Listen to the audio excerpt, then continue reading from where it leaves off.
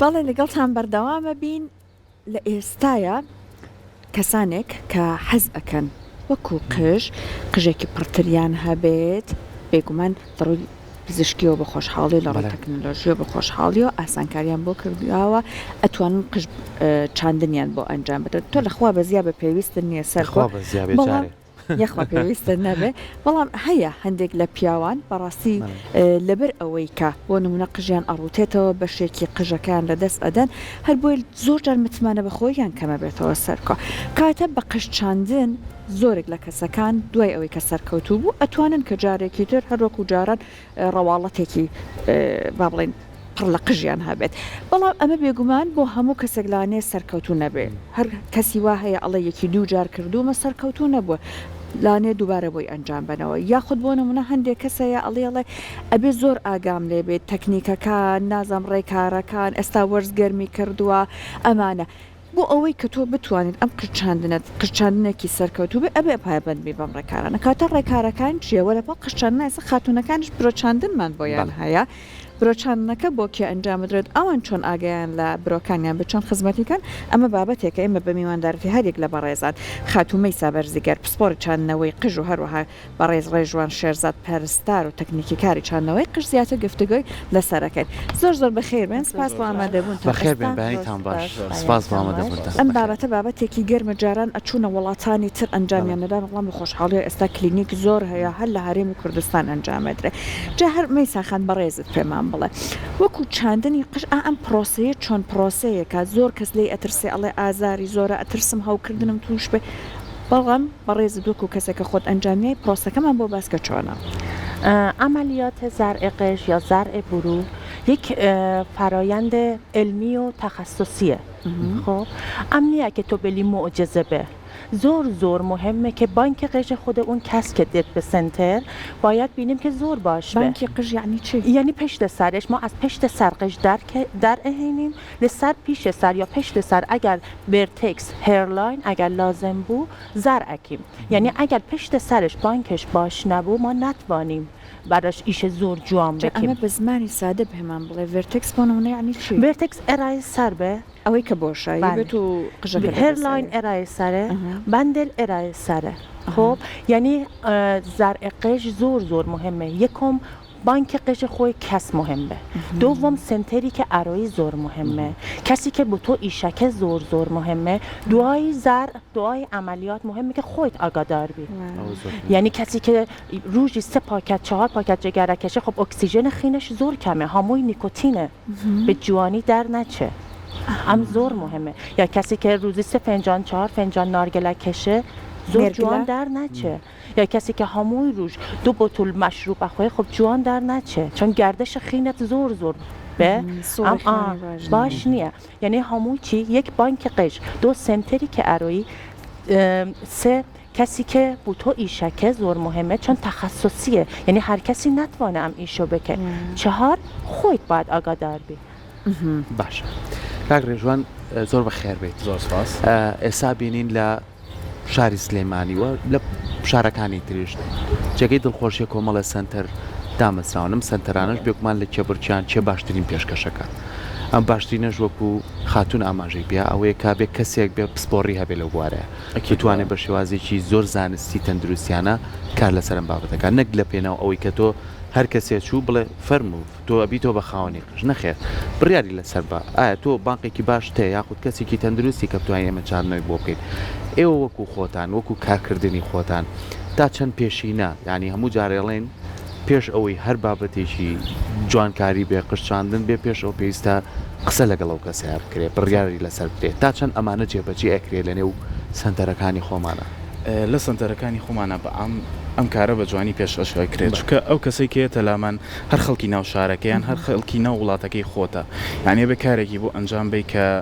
دوای نەگەڕێتەوە وڵات فیدباکێکی خراپت نایاتێ بە حکمی ئەوە ئەبێ زۆر واقعی بیت لەگەڵیە و داهاتوەکەی پێ بڵێ نسبەی سەرکەوتنەکەی پێ بڵێ بەواقعی ئەیانە پێی بڵێ بە پێی بانکەکەت ئەم ئیشت دەرئەچێت تۆ بانکێکیت باشت هەبێ ئیشێکی سەرکەوتو ئەبێ بانکێکی باشت نەبێ یان خۆت لایفستایلێکی تەندروستت نەبێ بە حکمی ئەوە ئیشەکەت یان نەشتەرگەریەکەت سەرکەوتو نابێ یان نسبەی سەرکەوتنەکەی مەسەلەن لە سایە هەشتا لە سایەنەوە تۆ دا ئەوەزێ بۆ سایە 6 بۆ 7 بۆ 50 زۆر گرنگە کە بە تەواوەتی واقعیبی لەگەڵ نەخۆشەکانە چکە جوانکاری وەکو هیچ شتێک نییە کە بڵێ چەند جارێک توانین دووبارەی بکەیتەوە یەک جارە کەسەکە و زۆریش پێوەی دیارە ینی واجهەی کەسەکەی بە تایبەتی قژ بۆ نمونە تەمەن دەورە بینێ تەمەەن زۆر دەورە ئەبینێ لە چ ساڵێک مەسەلەن ئەگەر بابەتەکەمان پیاو بێت هەڵ ڕوتانەوەی قژی پیاو لە 18 ساڵیەوە دەست پێ ئەکا لە 25 ساڵیەوە تۆزێ استیقرارێکیان سەر بەخۆیەک بەخۆیەوە ئەبینێ بە حکمی ئەوە لە 25 ساڵیە ئەتوانێت نەشتەرگەریەکەی ئەنجام بدات بۆ ئەوەی چانەوەیەکی سەرکەوتو ئەنجام بدات تا چەند ساڵی ئەکرێت ئەنجام بدرێت لە 25 ساڵەوە هەتا 45 زۆر باشە لە 50 ساڵ ئیتر بەرەو سەرەوە پێویستی بە ڕێنمایی دکتۆر و ئەخسایی مەسەلەن دکتۆری باتنی هەیە بەپێی ئەوان ئەتوانین ئیشەکەی بۆ ئەنجام بدەین باشە بەڵام دەستخۆش خاتون نامەژوو بە کۆمەڵی بابەتدا کە ئەگەر پیاوێک هەوڵی خشتانەوە بابێ واز لە جگەرە کێشان بێنێت واز لە مادەدا کۆهولیەکان بێنێ واز لەوە بێنێ کە ئیتر فشاری خوێنی کەسی ئاسایی بێت بەڵام هەندێک کەسێ لەوانەیە ئەمانەشی نەبێ بەڵام هەندێک نەخۆشیکەی هەیە بۆ نەشەکرە و زەخت کەم نەخۆشیانە درێژخایانن تا چەند ئێوە پێشووی بڕیار بن کەم کەسە قش بچێنێتەوە ئەو پشکنینانەیان لێوەرەگرن یاخو پرسیاری نەخۆشیان لێەکەن چکە وانش لەوانە کاریگەری دروست بکات لەسەری جوانکاری پێویستێکی یعنی سەلامەتی و جوانی باید تیکل هم به خب امنیه که بس تو به چی به جوانکاری ضرر به جسم خودت برسانی کسی که زختش هیا کسی که شکرش هیا زور برزه باید حتما کنترل بکه یعنی ما هم ایشو پیش نکیم علیم بچو به دکتر باطنی حتما کنترل بکه اگر باش بو بسر چام حتما ایشکم چون جوانکاری ایشی نیه که تو ضرر به جسم خودت بکی باشتره که جوانی و سلامتی تیکل هم به ئەم زۆر باشترە باشە جاخات و مەیسا بۆ کەسێک کە چاندنی قژی بۆ ئەنجامدرێت مەرج نییە ڕوتانەوە بێ هەنێک جار بۆ نمونە کەسەکە شوێنێکی سەری بڕاوە ئەوە سەری نیوەی جێی بەردی مناڵیە ئەوەیان هیچێ یاخود بنمونە سوتاوە بەشێک لە سەری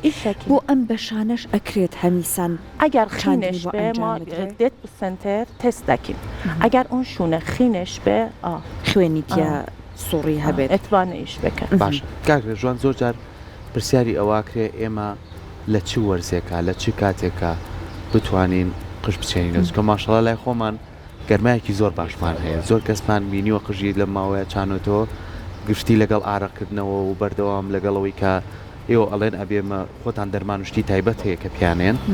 وشکبوونەوەی بۆ دروستە بێ چ وەرزێک باشە بۆ خشتانەوە هیچ پابند نییە بە وەرزەوە هەر وەرزە و لانی باش و لانی خراپی خۆی هەیە ئێمە بەپێی هەج وەرزێک ڕێنمایی تایبەتین بە نەخۆشەکان بۆ دوای نەشتەرگەری کە چۆن ئاگایان لێبێ بۆ نمونە لە وەرزی گەرمایە ئەبێ 2 هەفتەی سەرەتا زۆر ئاگای لێبێ ئارەق نەکاتەوە چکە ئارەق پیسە بۆ ئەو قژە چەندراوە ئەزێتی ئاو لەوانەیە وای لێ نەوێتەوە یان بمرێ و لە وەرزی سەرماشە مەسەلەن سەرمایەکی زۆر لەوانەیە وای لە ڕێگەکان کا بمرێ یاخود بارانەکە پیسە بەرسەری ئەو نەخۆشە بکەوێ لەوانەیە وای لێبکە بانکەکە ئەزێتی ببێ بە حکمی ئەوە یعنی بەپێی ئەو وەرزە ئەبێ ڕێنمایی تایبەتی پێ ببین بە نەخۆشەکانمان مادام سەرکۆ باسی کەش و هەوای کرد ڕێنمایی چی هەیە هەم بۆ پێش ئەوەی کە ئێوە چاندنەکەی ئەنجام بن هەم دوای چاندنەکە بۆی کە سەرکەوتوو بێ ڕێنمایی پێشانەوەی قژ ئەوەیە ئەگەر کەسەکە جگەرە کێش بێ پێویستەکە مودەتێکی باش جگەرە کەم کاتەوە یاخود نەیهێڵێ و دوای نەشتەرگەریش بە هەمان شێوە 2 هەفتەی سەرەتا پێویستەکە ئەو کەسانی کە جگەرەیان مەشروب ئەخۆن بە هیچ جۆرێک لە 2 هەفتەی سەرەتا نێکێشن بە حکمی ئەوەی ئیلتیهابوونیان بۆ دروستە بەشکەم خێری پێ بە یەکسەری دەستبەرداریشی وازیشی لێبێنێ زۆر نەخۆش هەیە دوای ئەوە نەچۆتەوە سەر ئەو خوانەی دوو بابەتی گرنگ هەم قژێکی باش دەبێ هەم لە نەخۆشیەکیش دوورەکەیتەوە بەتای بنیت نەخۆش ئەی وەکو خەوتن ئەمانە ئەڵێن بەتای بە سەرەتاکان خەوتنیان زۆر سەختە حەمامکردنیان چۆن ئەمانە کێشەی خەوتنەکە تەنها 2-3 ڕۆژی سەرەتایە کە پێویستەکە بە گۆشەی 45 و لەسەر پشت گۆشەی 45 یعنی چی؟ گۆشەی 45 مەسەلەن ئاوا بێت بەدانیشتنەوە؟ تقریبا پاڵ باتەوە نەخۆشەکە سەریندانێ لەسەر پشت بەڵێ یه تۆز خواتر که بروی 45 درجه کاتە سەرین خاتە پرسەری باشە هەتا بۆ حەمام خۆی چوون برینەکەی کەمە بێتەوە وەکو حەمام هەتا چوون ئاو بەرکەوتن بزەبت وە وەکو چارکردن نابێت تەریکە 12 ڕۆژی سەرەتا ئللا بەپێی ئەو شێوازە کە خۆمان پێی ئەڵێن کە تەرکردنی شوێنی نەشتەرگەریەکە بە پمپی ئاو زۆر باش خاتون جۆرەکانی چانەوەی قژمان پێ بڵێ ئەوەی کە هەندێک کەسەیە کەەوە دوای پشکنینی باقی سەری کە لە پشتی سەریەتی بە شێوازی بڕینە یاخود هەندێک جار ئەم بڕینە نییە شێوازی تاڵدانانە و ئەم ڕێگەیانە کە چۆنن و کام ڕێگەشیان باشە. ایستا الان لسنتری که من هایم سنتر مارینا باشترین تکنیک ده هاموی دنیا ایستا سوپر میکروگرافت هیا ما لسنتر مارینا سوپر میکروگرافت ایشکیم بس به چاواندنی قش هیچ برینی نکیم چون برین شونش ماوه زور دیاره آگاداریش زوره کس لسلیمانی زور کس هیان که جگره کشن خب زور خطره بو ام برینه برو DHL هیا دایرکت هیر ایمپلانت زور باشه جا ئەمانە خۆتانەوەکان ئەزانن چییە بەڵام ئێمە نازانین یعنی از پشت سر برو به از پشت سر در هینیم حالا ببرین به زاویه خوی قش به زاویه خوی قش باشی یعنی اصلا کس نزانه تو زرعی کردو نمونه ایشکانمان هیا زور باش به جوانی اصلا هیچ دیار نیه زرع قششم به سوپر میکروگرافت به جهازی هیا که زور بوچیک و ناسیکه یعنی دعایی که تو از قش در هینیم دیار نبه از امشون دیار نبه بعد با تکنیک زور پر به پیش سرت یا حالا هر شونی که پیوسته زرع چونکە زۆر کەسمان بینی و بەڕاستی کە هیترم زەرعاکە قژی جوانە بێ بەس چیز ناتوانێت پشتە سەری قژی تەنکاتەوە سێرەکەی وەکو پەڵەیەک دەرەکەی کەواتە ئەو ڕێگەیان کە بە ئێوە بە تاڵ دەریەکەن و بۆی ئەها زۆر کەسمان هەیە بەشی پێشەوەی نییە ئەوەی کە باسەکەش چێ شوێنە ئێمە پێڵین تاپڵە سەرمان و ناوەڕاستی سەرمان و پێشی سەرمان هەندێک کەسێ بەسم بەشەی تاپڵە سەریەتی یعنی ئەڵێ چەند جارێک کردومە هەر نایێتەوە ئەما بێ وازی لێبێنێ یاخو گرفتی چییە؟ نه تبل سر خوندرسانیش توز کمه خینش توز کمه اما هم که 3 جار ضربه که قش در نهینه خب هم تکنیکه که خراب بود خب یا خوش کشهش هبو من نزانم حالا یا بانک قشش خراب بود یا حالا کشه خوش بود یا ایشه که تکنیکه که ایش کرده و باش نیه چون 3 جار زوره که تو ایش بکی بس به تبل سر هیچ قژی یا نبه باشە کەسی وا هەیە بۆ نمونە 3 جارتان بۆ کرد بێت باست کردوتە تەکنیکەکانی ئێوە بۆ نمونە وێترین تەکنیکەکانە 3 جار یان ئێستا 2 جار شتێکی وا بۆتان کردبێ بەڵام هەر هەمیسان تووشی ڕوتانەوە بوو بێتەوە سەرکەوتو نەبوو بێ مەبەستم هەیە کەسێک بڵێت بۆ تۆ نابێت چاندنی قژ شتی وا هەیە هەیە مثلا الان سنتر خۆما من که هەیە من 17 سال ئیشەکەم من هر شونی که بزنم پربه ام شونه زرعکم نه که مثلا بلم هاموی سر تو زرعکم بعد دعای 1 سال دوباره بچه به ترمیم دوباره 1 جاری تر ام نیه با من ام باشتره که مثلا تو پیش سرو پر بکی دعای 1 سال نواراست سر تبل سر هاموی رو با هم پر بکی خب یعنی به 2 قۆناغ بیکەن به 2 جار ایستا الان هیا مثلا از سنتری تردن مثلا رشتن زرعی کردن بس به هاموی سر بس زور به شاشی زور به ناشینی زور دیاره هم بانک قشش رشدوا هم ارابه شاشیه خب اون کاته مثلا دن ما چی بکیم من مجبورم از ریشش در بکم بعد از روش میکروگرافت دوباره به پشت سرش قش در بهینم تا پر بکم اون کاتم پش علم هاموی سرت پر نبه بس من پیش سرتو به پری و جوانی اکم که من تو رو از پیش سیرکم پر به جوان به بس ورده توز شاشتر به لابلای قش خودت زرک خۆی کەواتە بە چەند قۆناغێک بێ بۆی کە بە تەواتی سەرتۆم هەموو هێزە و نایەت یەکە بتوانێم هەموو قژە بێتەوە بۆی چەند قۆناغێک یانی ئەم ساڵ ئەم بەشە بکە ساڵێک تر بەشێکی تر بەم چەند شێوازە بڕۆ لەوانەیە ناچێت چون ئێراشو ناتوانم خراب بکەم سەقەت بکەم پشت سرشو پیش سرشو جوان بکەم خب ئەم زۆر ناشرینە تو پشت سرت سەقەت به پیش سرت جوان به زۆر ناشرینە کێشەکە تەنیا شوێنەکەی گۆڕاوە ئەم جارە کاگرێ جوان زۆر جار من ئەوانەی کە لە هاوڵاتیانە بیستم حەزەکەین بیکەمە پرسیار لەوانەیە پرسیاری کۆمەڵێک کەسیش بیاڵێ بخۆ من قژ شاندنەوە ناکەم چەندە قژیشم بووتەوەتەوە کە قژ دەچێنەوە نازانم بۆچی ڕێکە یعنی هەستی پێیەکەی ئەم کەسە وەکوایە کڵاوێک لەسەریا بێ ئەم کەسە وەکوایە باڕۆکەیەکی دانابێ یعنی هەستەکەی سروشتەکەی خۆی نییە ئەو شتە بە ئەم لە کووردا زۆر باوە بۆچی چکە نەخۆش کەیت چانەوە ئەکا ئەو کەسێک قژی نییە حەزەکە هەتا برۆی ببێ بە قژ ئەو ڕاستیە ئێمە جوابین هەمان حەزمان هەیە بەڵام ئێمە ناکرێت بە حەزی نەخۆشەکانمان بکەین مەسەلەن کەسێک 18 ساڵ بێ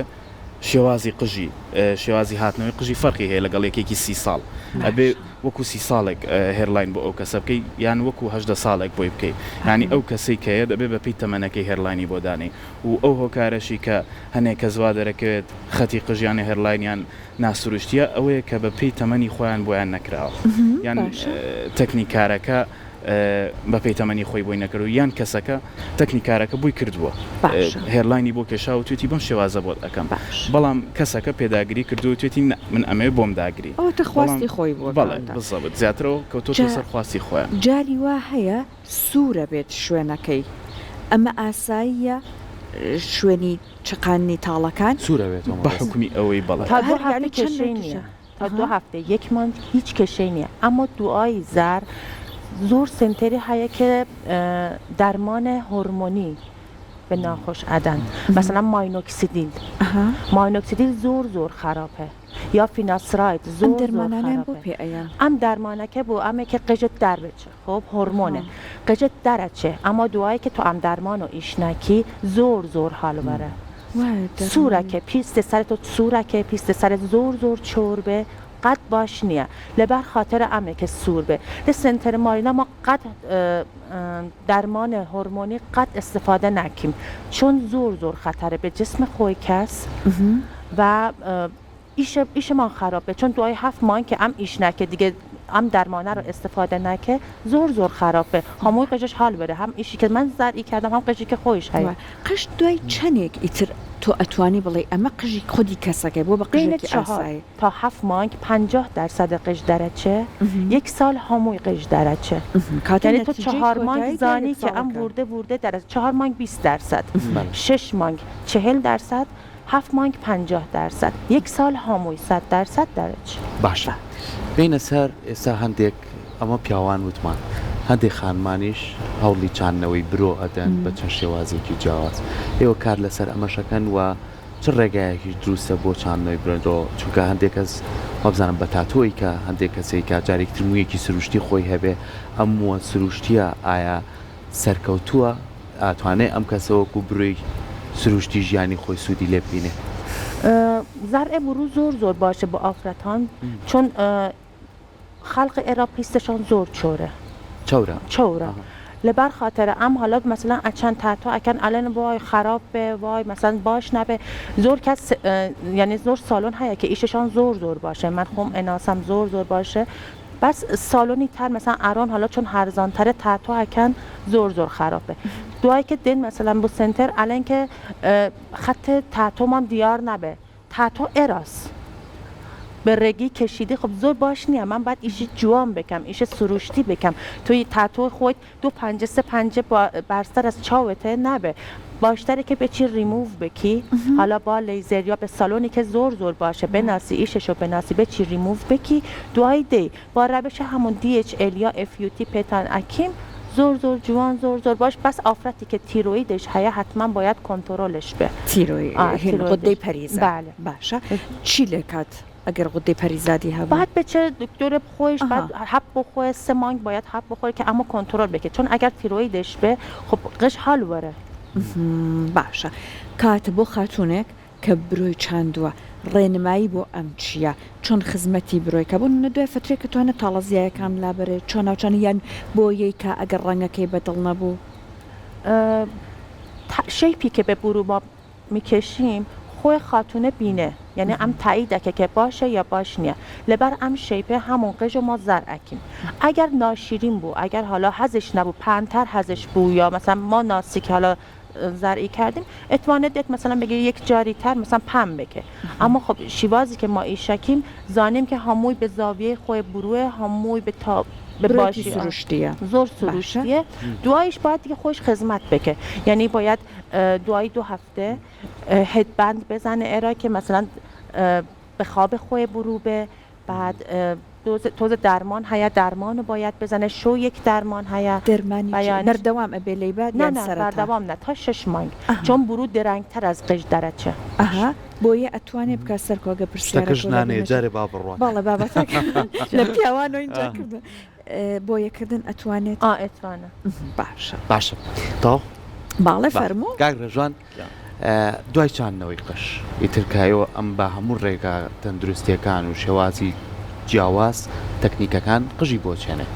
ئەو کەسە ئەبێت چی بکات بێت وتانە تا 15 ڕۆژ چەند ڕۆژ نابێت سەری پشووە ئەم کەسە لەوانەیە لە لایف ستایلی خۆیان وەرزش بکات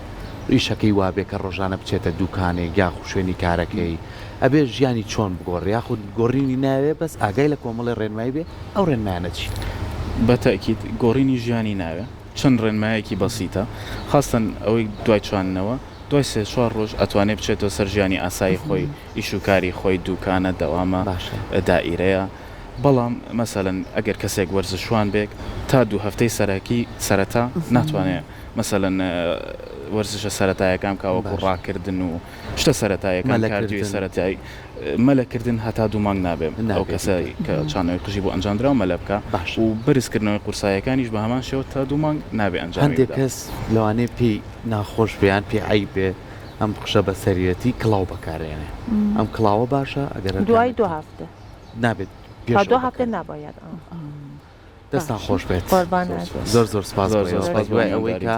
هەمیشە هەر کەسێک بڕیاریش چاندنەوەی قژەیە هەر خاتونێک بڕیارەیە بڕۆی بچێنێتەوە بش ئەوە پرسکە پرس لە هەمووی گرنگترە و برزانی پرس بە چێەکەی بێگومان بە کەسی پسپۆر و ئەو شوێنە شەڵبژێرە من لە سەرەتا شاوتم ئێستا بە دڵخۆشیەوە سنتەرەکان زۆرن چەبڕکێوێکی باشەیە ئێمە هاوڵاتی چیمانێ ئەمانێ باشترینمان دەستکەوێت بۆی کە بتوانین کارێکی سەرکەوتوو بکەین هیوادارین هەر کەسێ بینەرمان بووە و ئاوێت بڕیار با لەسەرەوەی قژی بچێنێتەوە یاخود بە شێوازی لە شێوازەکان پشکنیم کاتەوە کە بزانێ ئایا ئەبێتەوە خاوەنی قژی خۆی یاخودنا ئەوە کەسە پسپۆڕەکە تێکێنێت دووبارە سپاس بکەوە دەستی زۆر سپاسانەکەین